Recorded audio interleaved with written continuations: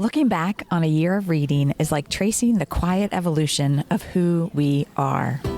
Hi, book friends. Welcome to Between the Bookends, your friendly North Myrtle Beach podcast, where we celebrate what we have been reading. I'm Mindy from Bookends, here with SCOTT Richards. Hello. How are you? We should tell people that we have a live audience, sort of. We are on location in this episode. That's right. Tell people where we are. We are at Be Known Coffee in Little River, and this is one of the best places to gather. It's very cozy. Yes. Get a yummy beverage, talk about great books. There's nothing better than... And this is your spot for the book club, Absolutely. which you just had. Yes, we just had. Ron and Christy, the owners of Be Known, are just wonderful, and they share their space with us so willingly. And for book club, they even stay open later for us to give us our yummy beverages and let us just take over and chit-chat for as long as we need. It's wonderful. So what are we doing today? Well, today's episode is a special one because as the year, is drawing to a close, I thought we would take some time and look back on all the books we've read this year and highlight the ones that we loved the most. So, Do you know how many you read? I do. 137. Did you really? I still have 2 days, though. Wow, So. I thought I was doing good. You are. 76. Man, that's awesome. That's more than one a week. 137 is like Well, I mean, it's almost kind of like three. my job, Yes. Yeah. But now that includes listening too, right? It does, and it counts. It does count. I'm just thinking of No. how do you sit down? Yes, 137. That's why I do a lot of listening, because I don't do a lot of sitting. So that's why it helps me. I get you. Yeah. All right. How would you go about determining your favorites when you have to pick? Well, you can't see what's your this, criteria? but I have a book that Yeah. I've kept for probably 30 years of everything I read. love it. And I go through and I just think about those books that still impact me now, even though, I may have read this in January. Right. But how does it impact me? And I always think you mentioned when you finish a book and you slam it shut and say, Yes. Victory. There are many books I like, but not that many that actually made me slam the book shut and say, slam oh my worthy. God. That's a good, And that's there were exactly. two I finished this week that did that. That's excellent. You squeezed them in. That's how I pick too. I kind of think back through the year and I'm thinking, which ones am I still thinking about? Which ones was I pushing on everyone? Yes. And that I keep suggesting and keep talking about. So that's kind of how I narrowed it down for me. And these aren't ranked. No, I Okay, just all went. right, I yeah. just went for it. Me too. So your first one is? So my first one was back in May. I read The Correspondent by Virginia Evans. It's and everywhere. loved it. It is everywhere. I'd like to think I was responsible for that, but probably not. Well, you get a little credit. This is a kind of 80, I think she's 80-ish woman who is a lifelong letter writer. And through these letters, the reader finds out so much about Miss Sybil Van Antwerp, her past, her present, and even possibly her future. We get to know her friends, her not so friends, and about the parts of her life that she's kind of still struggling to deal with. So I really loved it. I have a little blurb. I'm going to give a little refresher summary because these are all ones that I've probably mentioned already. But I also thought, well, let me put in there what it is that meant something to me, not just a summary of it. And so The Correspondent is in my top 5 because it demonstrates how letters heal, connect, and tell a life's story. I wish we still did letters. Yes. Don't you? It's a lost art. It is a lost art. Texting's not the same. No. Yes, no, thanks. Okay. Yes, Right. thumbs so up. This little correspondent just it soothed my heart. It was a good one. Loved it. Back in January, I read Witchcraft for Wayward Girls by Grady Hendrix. He's a South Carolina writer. He's in Charleston. This book was kind of a combination of horror and history. Pregnant girls in the 1970s were sent to a home for their pregnancy, but they were forced to give up their babies. Enter witches, and there was such a sense of frustration and injustice in what these girls had to go through. But he writes a really, really good horror-ish type story. I've loved everything he's written. Some of them are a little more intense in terms of the horror. This is not so much that. Right. I think this one is, if you're horror light, maybe we'll say. It is, because there is witchcraft, and there's some things that are, spells and whatnot, but not like some of his other ones. Right. Grady Hendrix, The Wayward Witchcraft for Wayward Girls. Really, really, and it was early in the year. I was going to say, if this is a January book and you're still thinking about it, that just says something. Yes. Something important.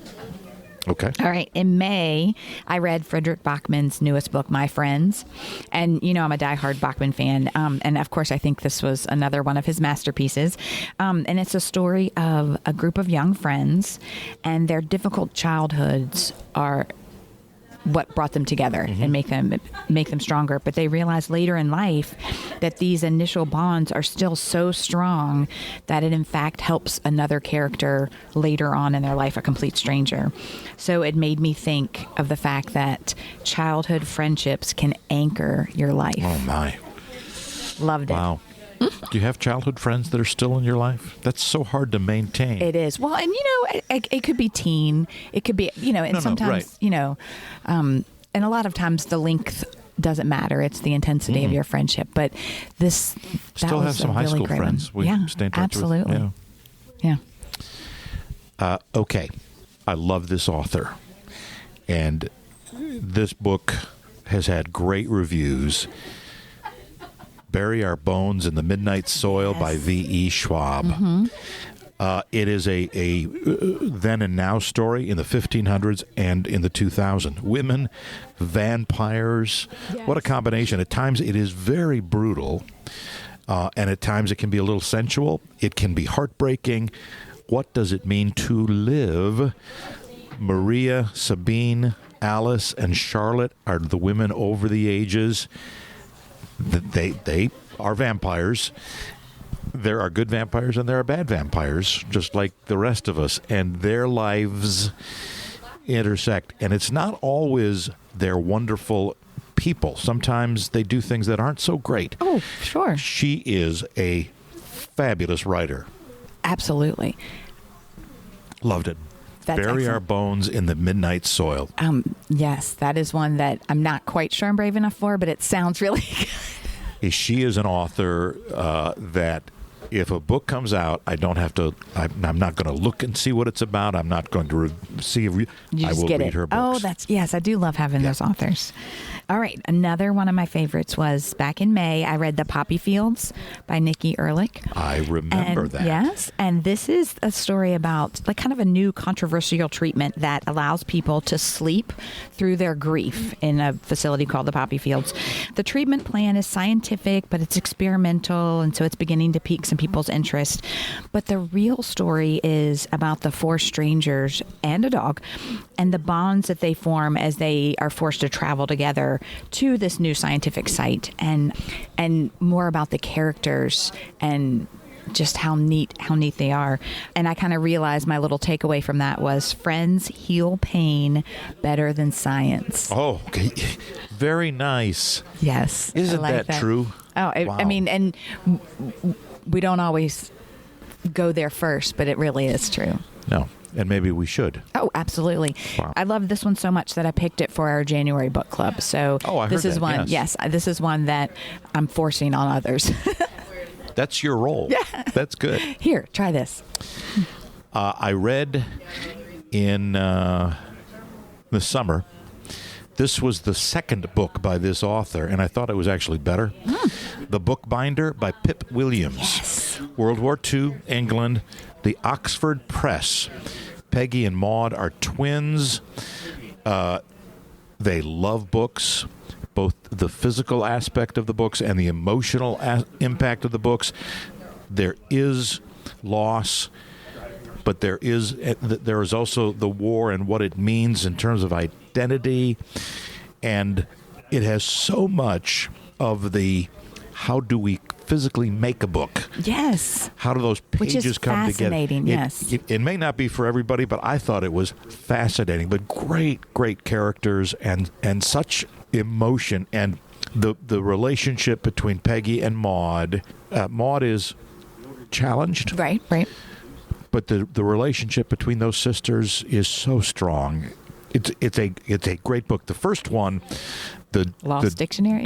Dictionary of Lost Yes. Words, sets it up, and it was very good. You don't need to have read that. And I read that first one and loved it. This one is, I thought, even better. And very different. The whole, backstory of how a dictionary is made. I don't know that I would have ever thought that. Fascinating. And on the surface, like, do I want to read about a dictionary? Exactly. It actually sounds boring, but the characters in there make it lovely. And how do we come up with those definitions? Oh, it's just great. Yeah, just very great. true.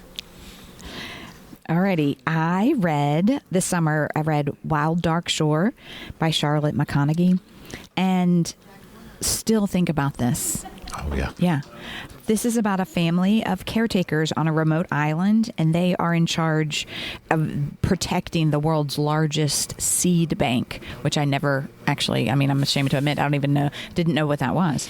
But there are dangerously changing sea levels, and then this mysterious newcomer is at the island. So they are, this family is there, and it's their job to make sure everything is okay. But, there's a lot of isolation that they have to deal with, heartbreak, a lot of secrets, and they are trying, to cope with all of that in this really remote, difficult location. I see that one on a lot of lists. Yes. For best of the year. Yeah. My little catch-all that I will remember is that love grows stronger than seeds. I wish I'd have done that. I wish I'd have gone to the books and find those sayings. Like the way I'll remember it. Yeah. Because some books I do underline and I make notes. Absolutely. So, Sylvia Moreno Garcia wrote The Bewitching. Mm-hmm. It really is horror filled. I found that I am intrigued and really enjoy the horror because this one is based on witches and curses.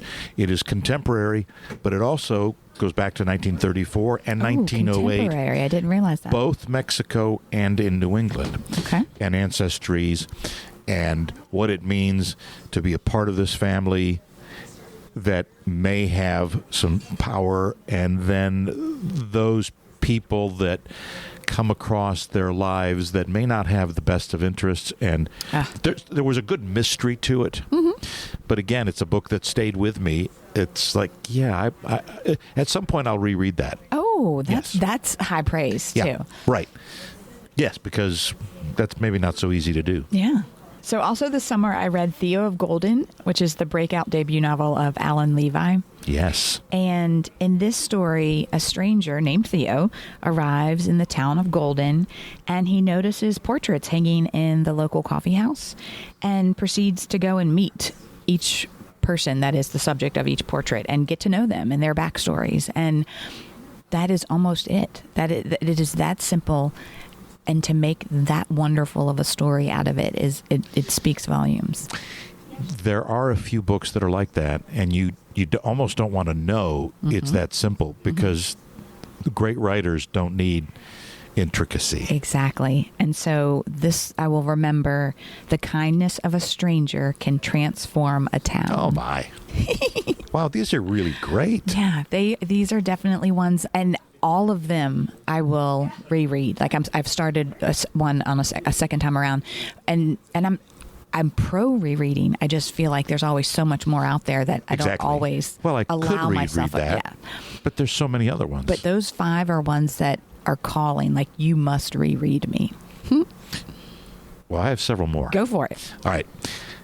I read, and I don't remember what book list it was, but there was a best of, and this book, the reviewer said it has the perfect ending. Ooh. And I hadn't thought about it, and I don't mean that it's this beautiful, happy ending, right, but he's exactly right. The book is called The Art of a Lie by Laura Shepard Robinson. Mm-hmm. Great mystery. It's a period piece.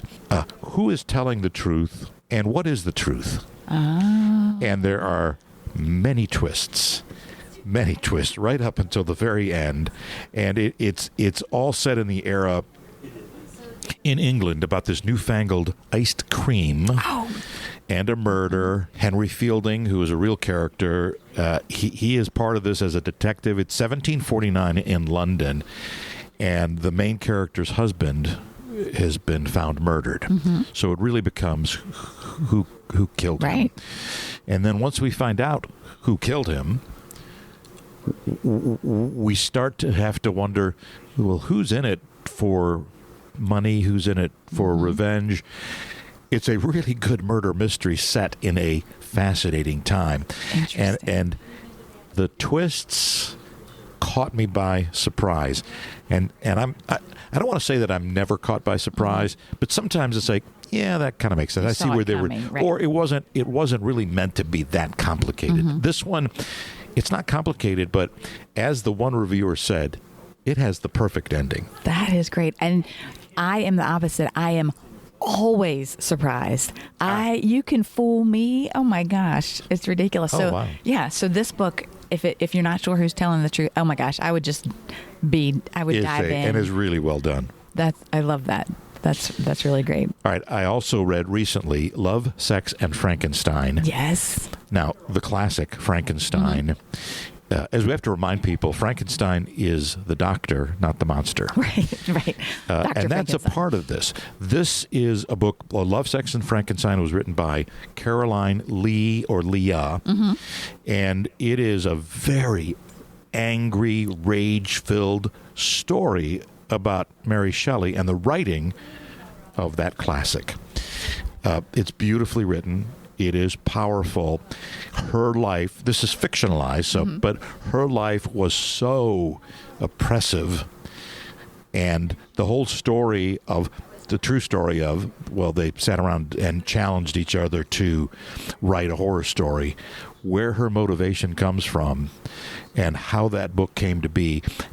And it really does reflect back on the real book of who is the monster. Oh, interesting. Just outstanding. I've recommended so the rage to several. Comes from her life. Yeah. Okay. And as I think I mentioned, it's in the introduction by the author. So it's like expect to read a book about rage. So cool. All right. So I have to do one more. I guess. I know. That's excellent. I just finished Isola, Allegra Goodman. It's on many, many best of lists. And I will tell you, it is a book inspired by true events. Right. And it is a privileged woman, young woman from nobility whose parents both die. First her mother, then her father. And her guardian now is responsible for her. And this is Old England, and she has zero control. That's the way it works. Sorry, the guardian may do and does do whatever he wants, starting by setting her at one part of their castle, and that's where she has to live. Okay. And he'll take care of the rest. Ultimately, they go to sea, and she and the guardian's assistant fall in love. The guardian says no. They end up being abandoned on an island somewhere in the Canadian area. And so it's the before and then on the island, years on the island. How do they survive? It's sort of a Robinson Crusoe story. I love survival stories. And then her rescue and return, and many things happen along the way, and ultimately, how does she become confident and able and capable? And because she's not, I would assume she is. Okay, but not allowed.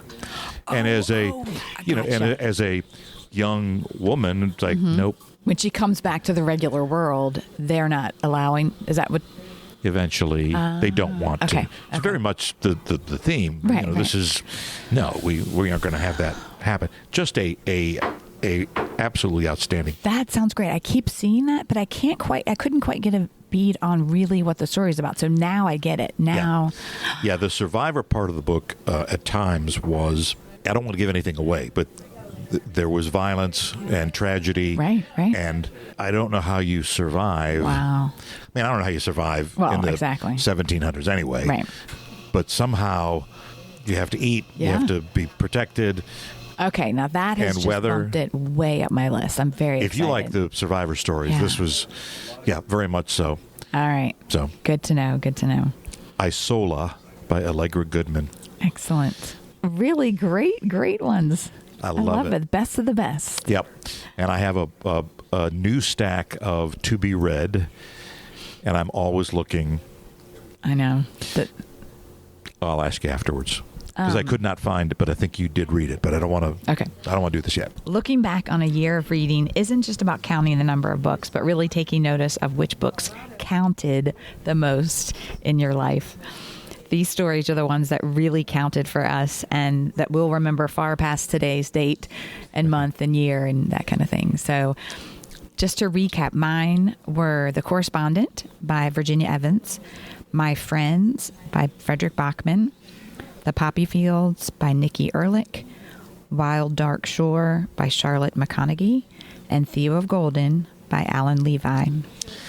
And mine were Isola by Allegra Goodman, Love, Sex, and Frankenstein by Caroline Leah, The Art of a Lie by Laura Shepard Robinson, The Bewitching by Sylvia Marino Garcia, The Bookbinder by Pip Williams, Bury Our Bones in the Midnight Soil by V.E. Schwab, and Grady Hendrix's most recent Witchcraft for Wayward Girls. Great year of reading. Such great suggestions. We'd love to know what was your favorite book of 2025. You can send us a message or leave us a comment and tell us what book you can't stop thinking about from this year.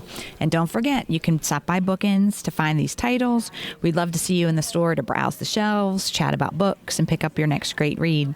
And if you're an online shopper, you can still support Bookends by ordering through bookshop.org. You'll get your books delivered right to you, and the purchase also supports Bookends, which we greatly appreciate.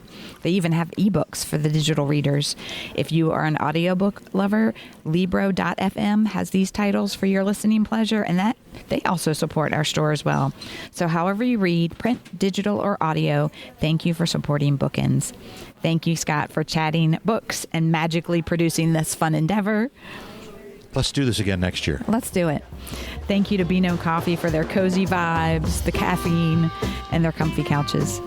Thank you to all of our listeners for tuning in, reading with us, listening with us, and sharing your love of books all year long.